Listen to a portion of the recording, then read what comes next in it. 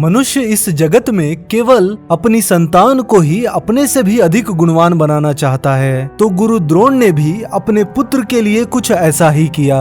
दोस्तों, गुरु द्रोण के पास बहुत सी रहस्यमय विद्याएं थी, जिन्हें या तो वे अपने पुत्र को दे सकते थे या फिर अपने सबसे प्रिय शिष्य को। तो गुरु द्रोण का पुत्र एक महान योद्धा है, जो शस्त्र विद्या में परशुराम के समान, युद्ध कला में इंद्र के समान, बल पराक्रम में कार्तवीर्य अर्जुन के समान, बुद्धि में गुरु बृहस्पति के समान, स्थिरता एवं धैर्य में पर्वत के तुल्य, तेज में अग्नि के समान, गंभीरता में समुद्र के समान और क्रोध में विषधारी सर्प के समान, जिसका जन्म ही अपने पिता के हत्यारे का वध करने के लिए हुआ हो। ऐसा महान योद्धा जिसके लिए अमरता का वरदान ही श्राप बन गया, जिसकी कहानी सनातन धर्म में युगों युगों से सुनाई जा रही है। ये कहानी उस महान योद्धा की है जो सर पर मणि धारण किए जन्मा, गुरु द्रोण का पुत्र स्वयं भगवान शिव का अंश अश्वत्थामा, जो शायद आज 5000 साल बाद भी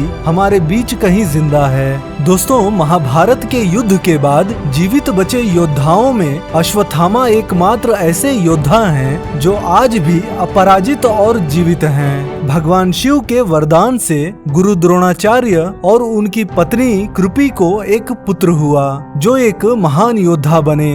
वो योद्धा थे अश्वत्थामा। जन्म लेते ही अश्वत्थामा ने घोड़े की भांति हिनहिनाहट की आवाज निकाली थी। इसी कारण उसका नाम अश्वत्थामा रखा गया, जिसमें अश्व का मतलब है घोड़ा और थामा यानी कभी ना हारने वाला योद्धा। जन्म से ही अश्वत्थामा के माथे पर एक अनमोल शिवमणि थी, जो उन्हें राक्षसों, हथियारों, नागों इत्यादि से बचाती थी। दोस्तों, अश्वत्थामा जीवन के संघर्ष की आग में तप कर सोना बने थे। महान पिता द्रोणाचार्य से उन्होंने धनुर्वेद का ज्ञान प्राप्त किया था। द्रोण ने अश्वत्थामा को धनुर्वेद के सारे रहस्य बता दिए थे। सारे दिव्यास्त्र, अग्नेयास्त्र, वरुणास्त्र, ब्रह्मास्त्र, नारायणास्त्र, ब्रह्मशीर आदि सभी उसने सिद्ध कर लिए थे, और वे भी द्रोण, भीष्म, परशुराम की कोटि के धनुर्धर बन गए। अर्जुन व कर्ण भी उससे अधिक श्रेष्ठ नहीं थे। अश्वत्थामा के ब्रह्म तेज, धैर्य, वीरता, शस्त्र ज्ञान, नीति ज्ञान, बुद्धिमता के विषय में किसी को भी जरा सी भी संदेह नहीं था। दोनों पक्षों के महारथी उनकी शक्ति से परिचित थे। तो जब महाभारत का युद्ध धर्म और अधर्म के बीच लड़ा जा रहा था, तब धर्म की रक्षा करने के लिए अधर्म करने वालों को भी न्याय मिला, और अधर्म के पक्ष में खड़े होकर धर्म करने वालों को भी मोक्ष मिला। लेकिन इस युद्ध के अंत में शेष बच गए अश्वत्थामा, जिन्हें इस कलयुग के अंत तक भटकने का श्राप मिला।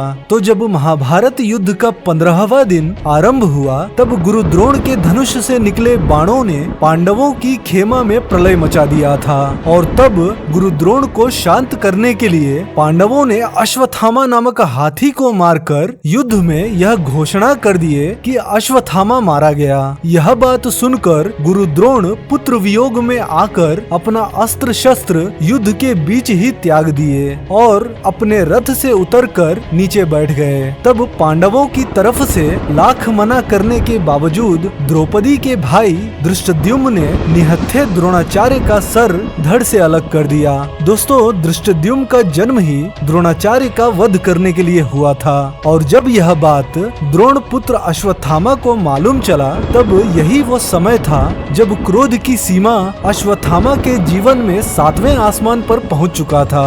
दोस्तों, क्रोध हर एक मनुष्य के जीवन में आवश्यक होता है, परंतु लंबे समय तक क्रोध रखने पर यह बदले की भावना में बदल जाता है। तो अश्वत्थामा का क्रोध भी अब बदले की भावना में बदल चुका था, जिसे वो किसी भी हाल में पूर्ति करना चाहते थे। तो फिर 18वें दिन कौरवों के पक्ष में केवल 3 योद्धा बचे रह गए थे, अश्वत्थामा, कृपाचार्य और कृतवर्मा। इसी दिन अश्वत्थामा द्वारा पांडवों का वध करने की प्रतिज्ञा ली गई, लेकिन यह समझ में नहीं आ रहा था कि कैसे पांडवों को मारा जाए। तब उसी रात एक उल्लू के द्वारा कौओं के आक्रमण करने पर एक उल्लू उन सभी को मार देता है। यह घटना देखकर अश्वत्थामा के मन में भी यही विचार आता है, और वह घोर काल रात्रि में कृपाचार्य तथा कृतवर्मा कृतवर्मा की सहायता से पांडवों के शिविर में पहुंचकर सर्वप्रथम अपने पिता के हत्यारे धृष्टद्युम्न का सर धड़ से अलग कर दिया और सोते हुए पांडवों के 5 पुत्रों को पांडव समझकर उनका भी सर काट दिया। और जब अगले दिन यह बात अश्वत्थामा को मालूम चला कि वे 5 पांडवों के पुत्र थे, तब अश्वत्थामा अपनी प्राण बचाने के लिए इधर उधर भागने लगा और पीछा कर रहे अर्जुन से अंत में जब सामना हुआ तब अश्वत्थामा ने ब्रह्मास्त्र का प्रयोग अर्जुन पर कर दिया। इसके बदले अर्जुन ने भी ब्रह्मास्त्र का प्रयोग किया। दोनों ब्रह्मास्त्र के टकराव से संपूर्ण पृथ्वी का विनाश होना तय था, लेकिन तभी वेद व्यास जी ने उन दोनों अस्त्रों के टकराव को टाला और अपने अपने ब्रह्मास्त्र को लौटा लेने को कहा। अर्जुन को तो ब्रह्मास्त्र लौटाने की विद्या आती थी, परंतु अश्वत्थामा को इसका ज्ञान नहीं था और तब उस ब्रह्मास्त्र को अश्वत्थामा ने उत्तरा की गर्भ की ओर छोड़ दिया। उत्तरा की गर्भ में अभिमन्यु का पुत्र परीक्षित थे और तब भगवान श्री कृष्ण ने उत्तरा की गर्भ की रक्षा की थी। इसके बाद श्री कृष्ण ने अश्वत्थामा के द्वारा किए गए इस पाप के चलते वे अश्वत्थामा को श्राप देते हुए कहते हैं, तुम कलयुग के अंत तक जीवित रहोगे, मृत्यु मांगोगे किंतु तुम्हारी मृत्यु नहीं होगी।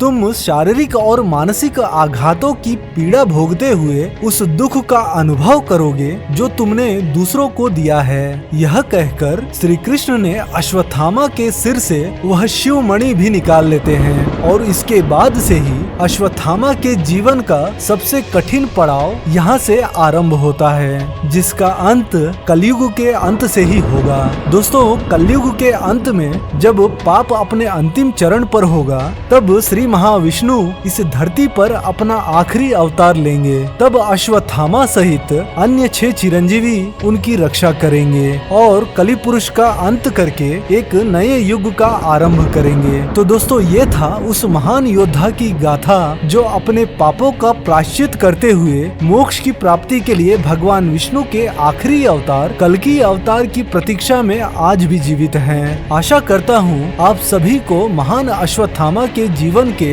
उन गलतियों से कुछ सीखने को मिला होगा। ये वीडियो पसंद आया हो तो इसे लाइक करके अपने दोस्तों में जरूर शेयर करें और ऐसे ही और भी वीडियोस देखने के लिए हमारे चैनल रहस्य डिस्कवरी को जरूर सब्सक्राइब करें। तो दोस्तों, फिर मिलता हूँ किसी इंटरेस्टिंग वीडियो के साथ। जय श्री हरि विष्णु, जय हिंद।